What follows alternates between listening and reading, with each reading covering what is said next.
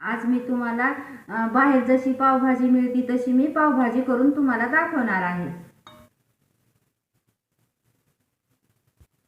जया रेसिपीमध्ये तुमचे सर्वांचे खूप खूप स्वागत आहे। चला तर आपण आता टेस्टी पावभाजी कशी बनवायची ते पाहूया। लगेचच आता आपण रेसिपीला सुरुवात करूया। सर्वात आधी आपल्याला सगळ्या भाज्या शिजवून घ्यायच्या आहेत। मी आता एका कुकरमध्ये अर्धी पळी तेल टाकून घेते।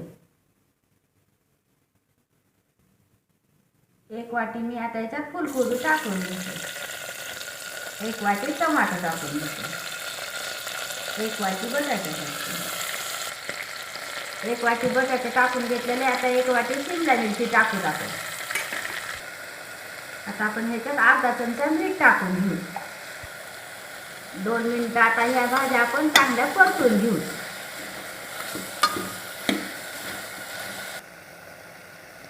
तुम्ही मटार टाकू शकतात, गाजर टाकू शकतात, पण मी टाकलं नाही ह्याच्यात। आता आपल्या भाज्या छान परतल्यात। आपण 1 ग्लास पाणी टाकून 3 शिट्ट्या करून घेऊ।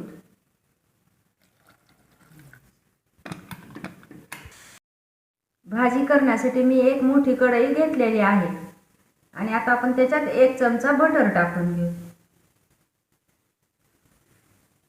आता आपण 1 पळी तेल घालून घेऊ।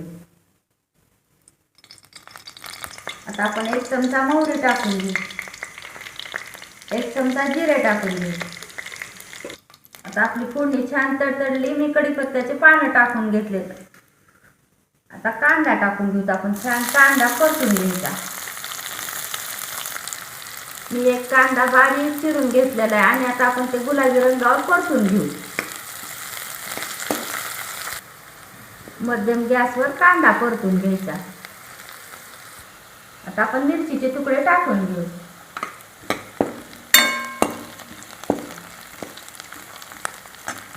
आता आपली मिरची छान परतली। आपण आलं लसूणची पेस्ट घालू। आलं लसूणची पेस्ट घातल्यामुळे भाजीला खूप छान चव येते। 1 चमचा काश्मीरी तिखट टाकू आपण। 1 चमचा पावभाजी मसाला टाकू। चवीनुसार आपण मीठ टाकू। हे आता सर्व चांगलं परतून घ्यायचं असं।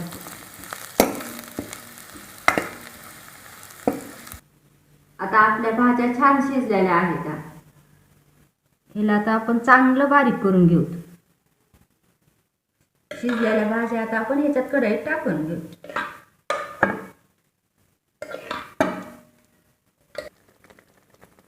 पाच मिनिटात आपण भाजीला शिजवून घेऊ। आता आपण कोथिंबीर टाकून घेऊ।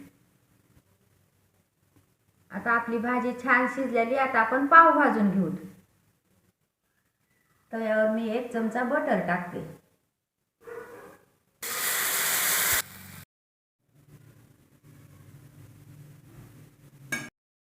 आपली पावभाजी आता खायला तयार झालेली आहे।